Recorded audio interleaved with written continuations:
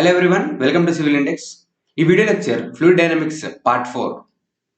So ఈ part 4లో మనము వెలాసిటీ మెజర్మెంట్ డివైస్ గురించి నేర్చుకుందామండి. ఒక pipe flow and open channel ఫ్లోలో వెలాసిటీ అనేది ఎలా మెజర్ చేస్తారు, how the Bernoulli principle applied to velocity measurement అన్నది ఈ టాపిక్లో నేర్చుకుందాం. Okay, so next question number 36. Pitot tube is measured to Pitot tube is used for the measurement of. So మనకు velocity measurement పైన మనకు ఇన్స్ట్రుమెంట్స్ ఉన్నాయి. One is pitot tube and another is pitot static tube. Next is current meter and last is anemometer. Okay, so this anemometer is useful to find the wind velocity. Current meter useful for the velocity in open channels like canals, rivers ఉంటాయి కదా, అందులో velocity in open channel flows. PST and pitot tube, these two are useful in pipe flow. Pipe flow లో ఉండే వెలాసిటీని measure చేయడానికి ఈ PST కానీ pitot tube కానీ use అవుతాయి. Okay, right. క్వశ్చన్ నెంబర్ 36 కి ఆన్సర్ చూడండి. Pitot tube is used for the measurement of velocity at a point. ఒక పాయింట్ యొక్క వెలాసిటీ మాత్రమే ఇస్తుంది. అది ఎలా ఇస్తుందో నెక్స్ట్ క్వశ్చన్స్ చూద్దాం. While using the pitot tube it must be ensure that its alignment is such that. Pitot tube అంటే ఏం లేదండి, జస్ట్ లైక్ మన పీజోమీటర్ లాంటిది. సో ఎక్కడైతే మీకు వెలాసిటీ కావాలో ఆ వెలాసిటీ ఆ లొకేషన్ దగ్గర మీరు పిటాట్ ట్యూబ్ పెట్టాలి. పిటాట్ ట్యూబ్ అనేది ఎలా ఉంటుందంటే similar like this.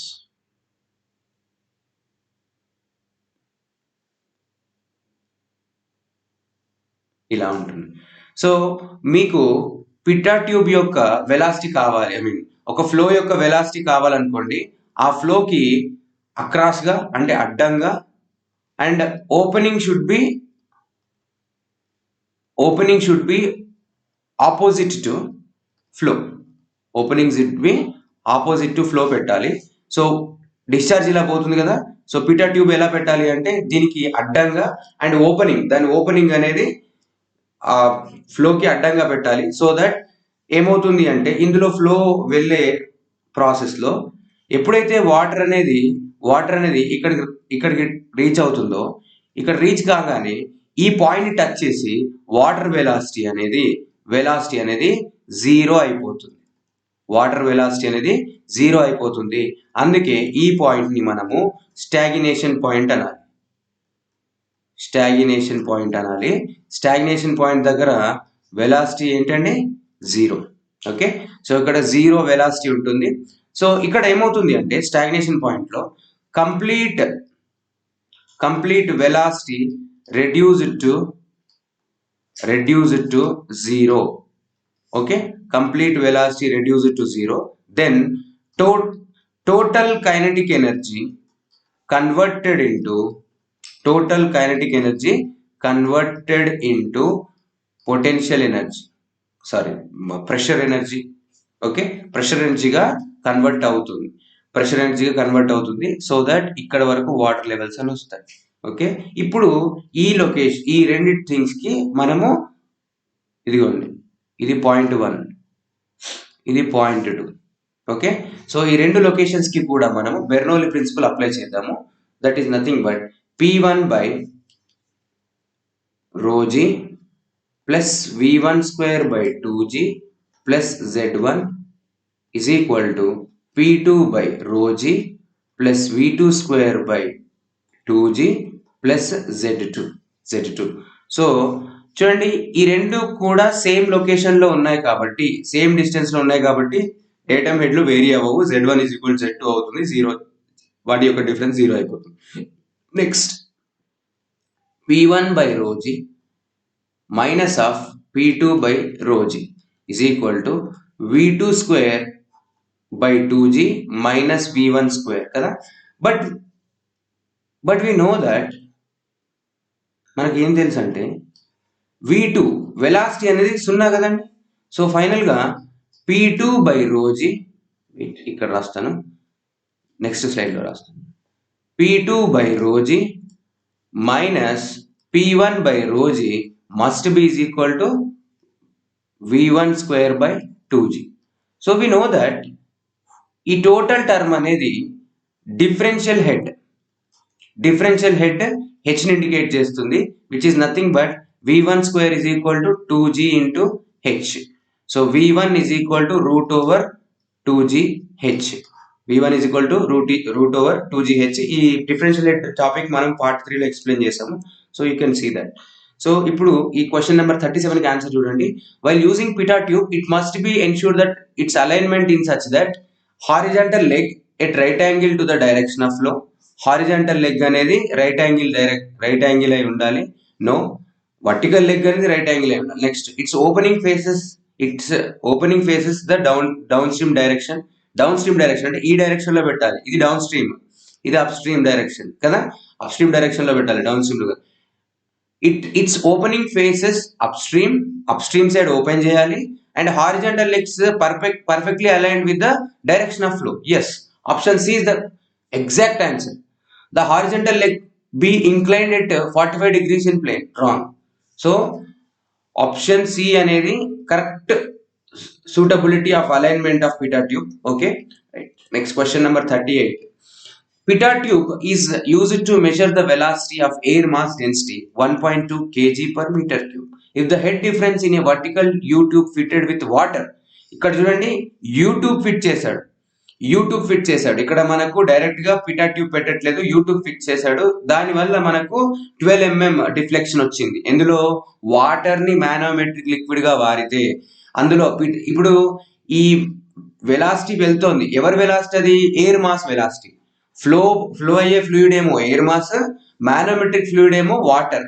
Okay, manometric fluid అనేది water. So then the velocity of the air in meter per second అని అడిగాడు. Okay, right. సో ఇదే క్వశ్చన్ మళ్ళీ మనం మారుస్తాము. ఎలా అంటే జస్ట్ లైక్ ఇక్కడ నేను ఒక పైప్ తీసుకుంటున్నాను. ఓకే, ఈ పైప్లో నేను ఏం చేస్తున్నానంటే ఈ పైప్కి సంబంధించి నేను ఇలా ఒక యూట్యూబ్ మానోమీటర్ని ఇన్సర్ట్ చేసుకుంటున్నాను.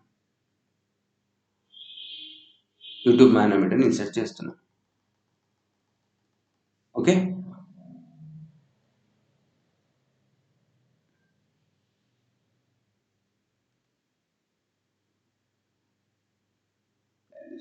ఓకే.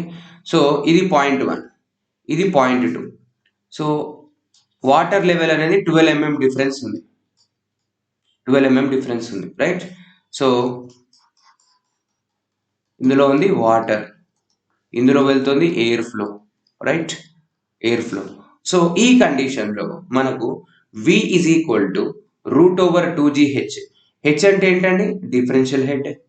ఈ డిఫరెన్షియల్ హెడ్ అనేది పీజోమీటర్ యూజ్ చేస్తే డైరెక్ట్గా వాటర్ లెవెల్ డిఫరెన్స్ తీసుకోవాలి. లేదు అలా కాకుండా మనకు మానోమెట్రిక్ వాడారు అంటే మనకు ఆల్రెడీ ఒక ఫార్ములా చూసాము. H is equal to capital X into SM/S -1. ఇది ఎప్పుడు? హెవియర్ లిక్విడ్ వాడినప్పుడు, హెవియర్ మానోమెట్రిక్ లిక్విడ్ వాడినప్పుడు, హెవియర్ మానోమెట్రిక్ లిక్విడ్ యూజ్ చేస్తే ఇది వాడాలి. అదేవిధంగా H is equal to X into 1 minus SM/S into 1 minus SM/S. ఇది ఎప్పుడు వాడాలి? లైటర్ మానోమెట్రిక్ లిక్విడ్ వాడినప్పుడు, రైట్. ఇప్పుడు ఇందులో వెళ్తుంది ఎయిర్ మాస్ అండ్ మానోమీటర్ అనేది వాటర్. సో డెఫినెట్ గా ఎయిర్ తో పోలిస్తే వాటర్ అనేది హెవియర్ కాబట్టి you can use this formula. H is equal to X into SM/S -1 అని వాడచ్చు.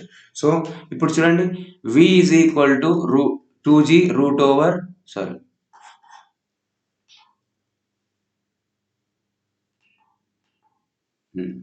So H is equal to root over 2GH.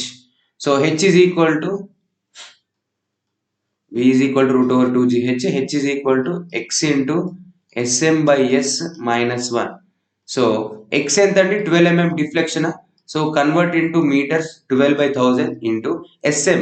S M అంటే specific gravity of water 1 by air mass యొక్క specific gravity 0.0012.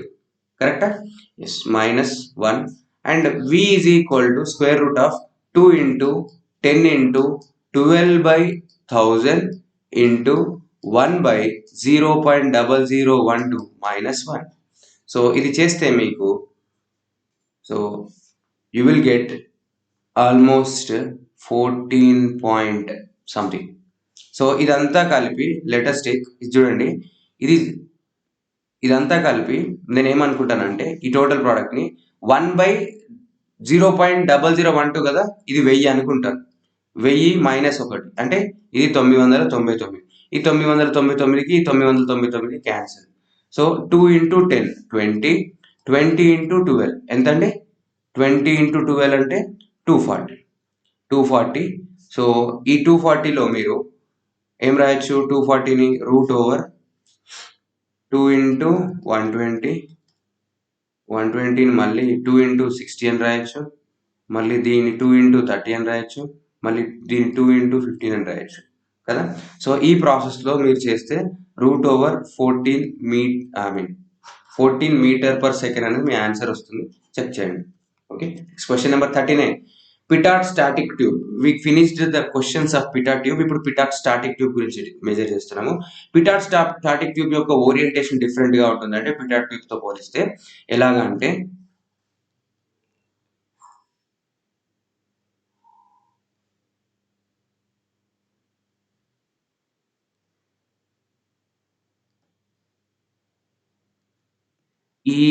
ఈ openings ని మనం ఏమనాలి అంటే static holes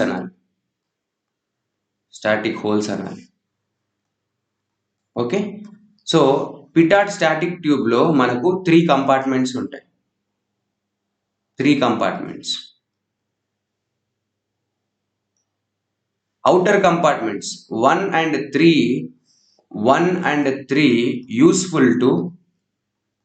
useful to find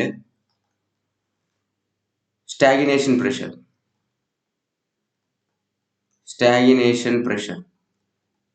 or simply you can call total pressure. ఎందుకంటే ఇదిగోండి flow ఈ డైరెక్షన్ లో వస్తున్నప్పుడు మీరు ఏం చేస్తారు?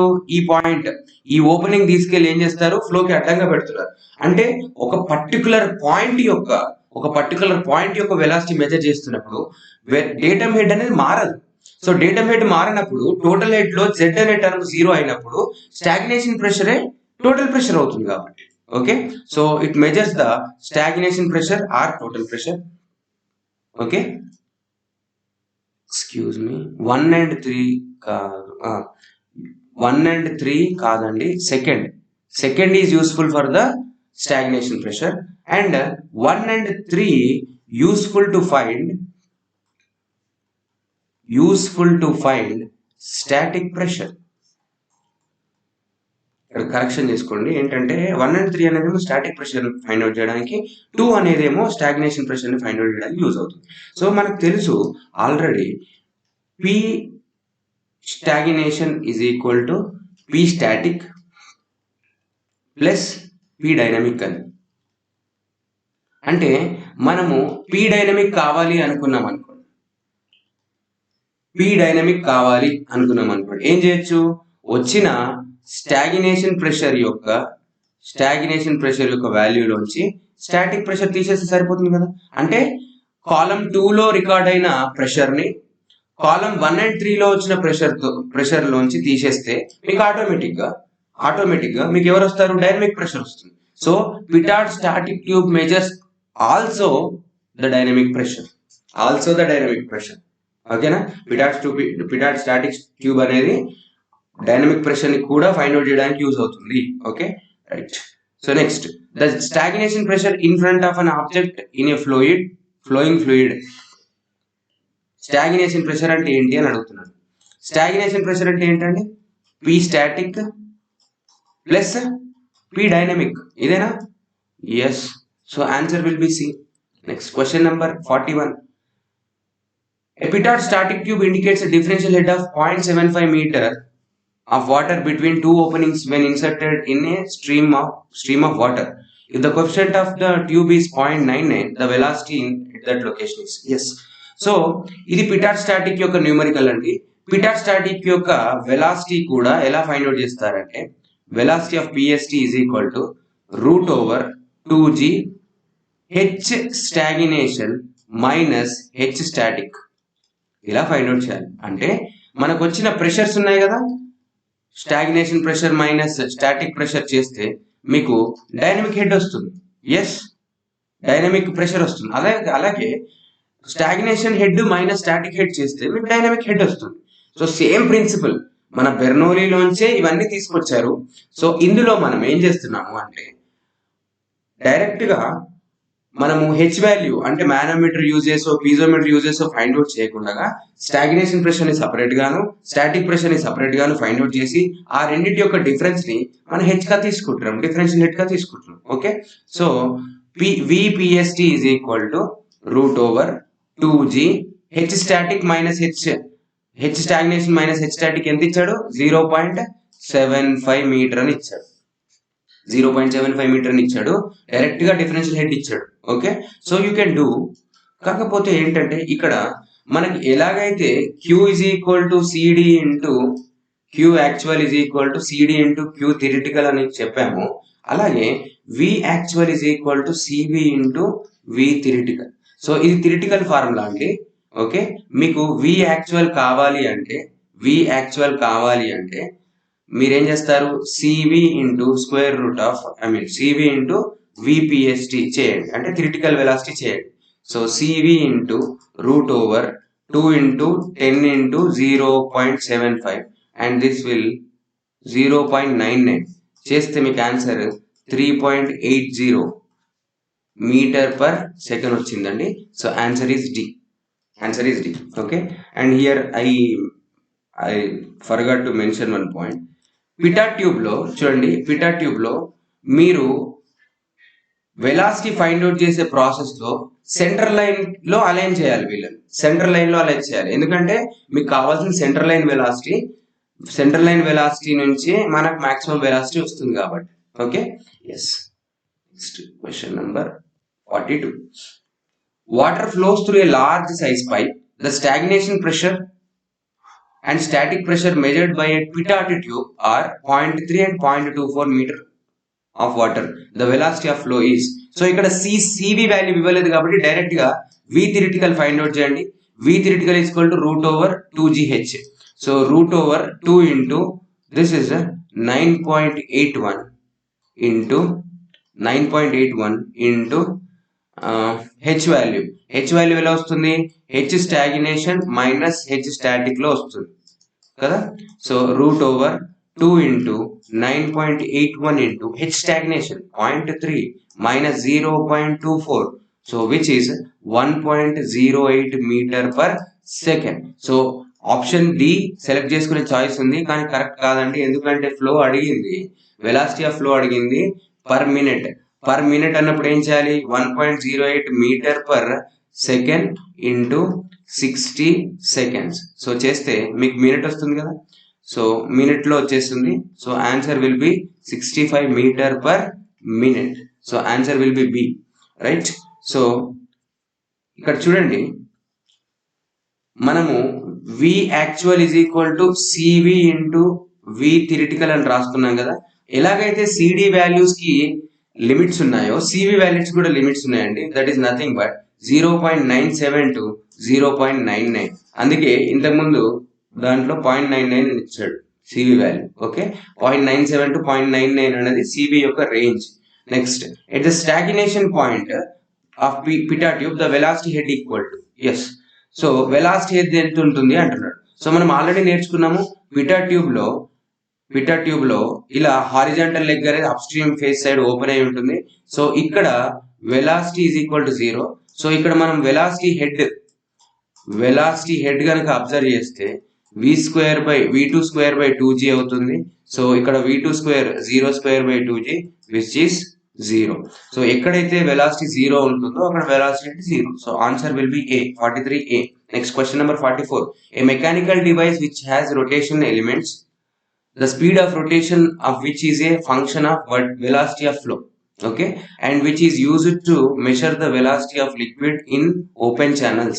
ఓపెన్ ఛానల్స్ లో మనం ఏం చేస్తామంటే కరెంట్ మీటర్ అనే ఒక ఇన్స్ట్రుమెంట్ తో, ఆల్రెడీ మనం డిస్కస్ చేసాం 2 times ఈ పాయింట్. సో కరెంట్ మీటర్ అనే ఒక ఇన్స్ట్రుమెంట్ తో మనము ఏ డెప్త్ లెవెల్లో అయితే మీకు వెలాసిటీ కావాలో, లెట్ us టేక్ దిస్, ఇలా ఒక ఓపెన్ ఛానల్ ఉంది, సో ఈ ఓపెన్ ఛానల్లో మనము ఏ డెప్త్ లెవెల్లో అయితే మనకు వాటర్ యొక్క వెలాసిటీ కావాలో ఆ డెప్త్ లెవెల్లో మీ షాఫ్ట్ ని డ్రాప్ చేయాలి ఇలా. సో ఈ షాఫ్ట్ కి ఒక రొటేటింగ్ ఎలిమెంట్ ఉంటుంది ఇలా. సో ఈ లెవెల్లో వెలాసిటీ కావాలి అన్నప్పుడు ఆ లెవెల్ కి ఆపోజిట్ డైరెక్షన్ లో షాఫ్ట్ పెట్టడం వల్ల షాఫ్ట్ తిరుగుతుంది. సో ఆ షాఫ్ట్ తిరగడం వల్ల పైన రీడింగ్స్ రికార్డ్ అవుతాయి.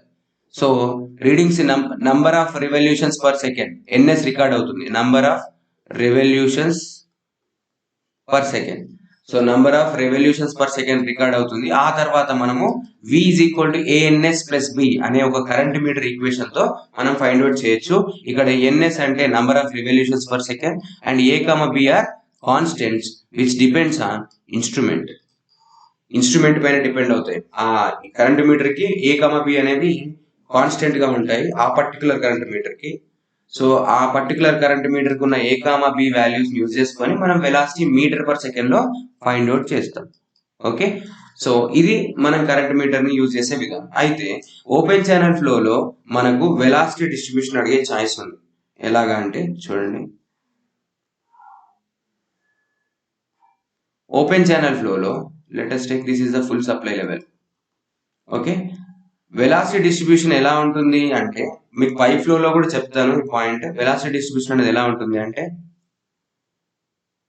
ఇలా ఉంటుంది, 0 ఎట్ బౌండరీ అండ్ సర్ఫేస్ లో మాక్సిమం ఉండదు.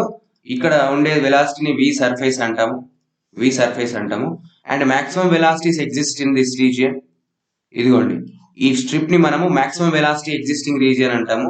దీని డెప్త్ 0.05 అయి ఉంటుంది అండ్ ఈ స్ట్రిప్ యొక్క మాక్సిమం డెప్త్ ఇది అనేది 0.2y ఉంటుంది. ఓకే, 0.2y ఉంటుంది. మనకు పైప్ లో ఎలాగైతే యావరేజ్ వెలాసిటీస్ ఎగ్జిస్ట్ అవుతాయో ఓపెన్ ఛానల్ ఫ్లో లో కూడా యావరేజ్ వెలాసిటీస్ ఎగ్జిస్ట్ అవుతాయి. That this one is the V average. So this V average exists at 0.6y or y by root 3. Okay, so 0.6y or y by root 3 or 0.577y. ఏం లేదండి, y by root 3 అంటే 0.577y అని, దాన్ని approximate చేస్తే 0.6y అని. So మనకు open channel ఫ్లోలో average velocity కావాలి అంటే మీ కరెంట్ మీటర్ యొక్క షాఫ్ట్ ని 0.6y డెప్త్ లోకి డ్రాప్ చేయండి from the free liquid surface. మీరు ఏం చేస్తారు, 0.6y కి డ్రాప్ చేయండి. అలా డ్రాప్ చేయడం వల్ల ఆ పర్టికులర్ లొకేషన్ లో మీకు యావరేజ్ వెలాసిటీ వచ్చేస్తుంది. Okay, right. So question number 45. In a stream gauging, the average velocity in a vertical is taken as equal to the mean of the velocities measured at. Okay, yes. So mean అంటే average find out చేయాలి. So average ఎక్కడ వస్తుంది, 0.6y దగ్గర వస్తుంది, కరెక్టా? Yes. So 0.6y దగ్గర వస్తుంది. ఈ 0.6y దగ్గర రావడం వల్ల, సో ఇక్కడ చూద్దాం. సో ఈ 0.6y దగ్గర రావడం వల్ల మనము ఇక్కడ మనకు 2 అబ్జర్వేషన్స్ చేయాలండి.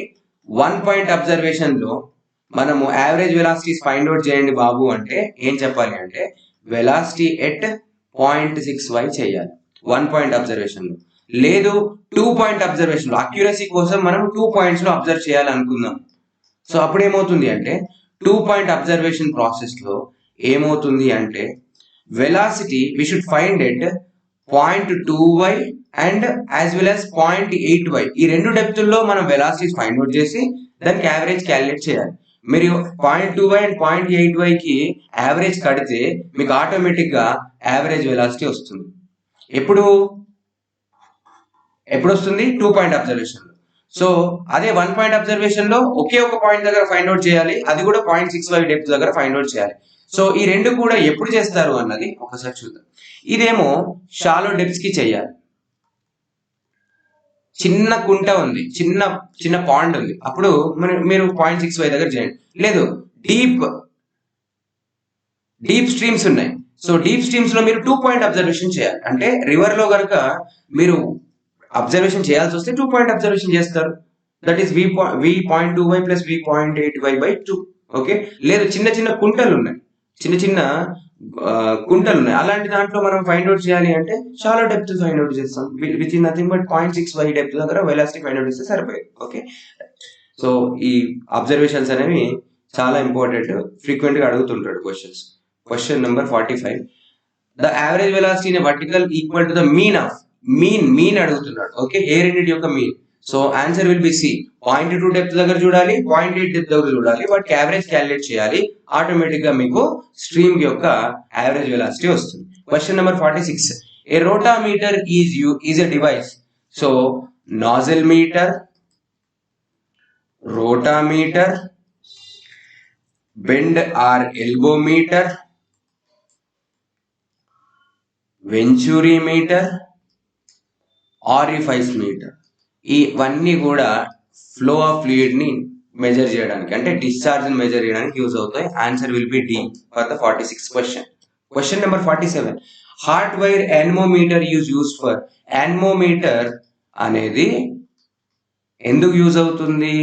విండ్ వెలాసిటీని, విండ్ అంటే ఎవరు? గ్యాసెస్ కదా.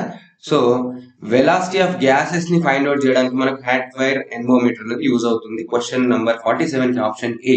Question number 48, partial flume is used for measuring the discharge of. So partial fluming అనేది మనము యూజ్ చేసే లొకేషన్ ఎక్కడ అంటే కెనాల్స్ లో. కెనాల్స్ లో ఎంత డిశ్చార్జ్ ఉంది అంటే మనము పార్షియల్ ఫ్లూమ్ యూజ్ చేయాలి, పార్షియల్ ఫ్లూమ్ యూజ్ చేస్తారు. దీన్ని ప్రపోర్షనల్ ఫ్లో వేర్ అని కూడా అంటారు. Okay, no issue. సో మీరు ఎప్పుడైతే ఆక్విడక్ట్స్ గురించి చదువుతుంటారో అందులో టైప్ 3 ఆక్విడక్ట్ అనేది జనరల్ గా ఫ్లూమింగ్ చేయబడుతుంది. ఫ్లూమింగ్ అంటే ఛానలైజింగ్. ఓకే, ఫ్లూమింగ్, ఈ ఫ్లూమింగ్ అనే వర్డ్ ఎవరికి సూటబుల్, ఎవరికి సంబంధించింది అంటే కెనాల్స్ కి సంబంధించింది. అంటే fluming is for the canals, option C. Okay. Question number 49, the values of coefficient of discharge is dash the value of coefficient of velocity. So there is a relation, coefficient of discharge is equal to coefficient of velocity into coefficient of contraction. So నేను దీన్ని ఇలా గుర్తుపెట్టుకుంటాను, DCV అని గుర్తుపెట్టుకుంటాను. D is equal to CV అని. Okay, so దీని value ఖచ్చితంగా less than 1 ఉంటుంది, దీని value కూడా లెస్ దెన్ 1 ఉంటుంది, దీని వాల్యూ కూడా లెస్ దెన్ 1 ఉంటుంది. సో మీరు కనుక అబ్జర్వ్ చేస్తే CD/CV. ఓకే, ఇప్పుడు చూడండి, less than 1 into less than 1 చేస్తే 2 లెస్ దెన్ 1 అవుతుంది. అంటే దీనికన్నా తక్కువ వాల్యూ, దీనికన్నా తక్కువ వాల్యూకి పడిపోయే ఛాయిస్ ఉంది. So CD is always less than the CV. So always less than the CV. So option will be A. So with this we completed part 4. Part 4 వరకు నేను 49 AWAE previous questions of APPSC, TSPSC explain చేశాను out of 150+ questions. Okay, so ఈ మళ్ళీ ఇందులో 70+ questions repeated గా ఉంది. అంటే నేను ఆల్మోస్ట్ 120 క్వశ్చన్స్ ఎక్స్ప్లెయిన్ చేసినట్టే, ఎందుకంటే రిపీటెడ్ క్వశ్చన్స్ నేను ఖచ్చితంగా వేస్తాను కదా. రిపీటెడ్ క్వశ్చన్స్ అంటేనే మళ్ళీ వచ్చే చాయిస్ ఉందని కదా. సో నేను 120+ క్వశ్చన్స్ యొక్క నాలెడ్జ్ ఇచ్చాను. మిగతా 30 క్వశ్చన్స్ పక్కా మీరు చేయగలరు, ఎందుకంటే నేను ఇచ్చిన నాలెడ్జ్ అనేది మిగతా 30 క్వశ్చన్స్ కి సంబంధించి కూడా ఉంటుంది. Okay, so next part level 2 problems of fluid dynamics. So మీకు నిజంగానే లెవెల్ 2 క్వశ్చన్స్ కావాలి అంటే ప్లీజ్ మెన్షన్ ఇన్ కామెంట్, ఎందుకంటే మనకు ఇప్పుడు APPSC నోటిఫికేషన్ ఉంది, కొందరికి లెవెల్ 2 క్వశ్చన్స్ అవసరం అవుతున్నాయా లేవా అన్నది మీరు కమెంట్ చేస్తే నాకు తెలుస్తుంది కదా. ఓకే, సో మీరు ఛానల్ కొత్తగా వస్తే సబ్స్క్రైబ్ చేయండి. మీకు మన ఛానల్ కంటెంట్, మన video lectures, presentation, knowledge coverage ఇవన్నీ నచ్చితే లైక్ చేయండి, మీ ఫ్రెండ్స్తో షేర్ చేయండి. Thank you for watching. Have a nice day.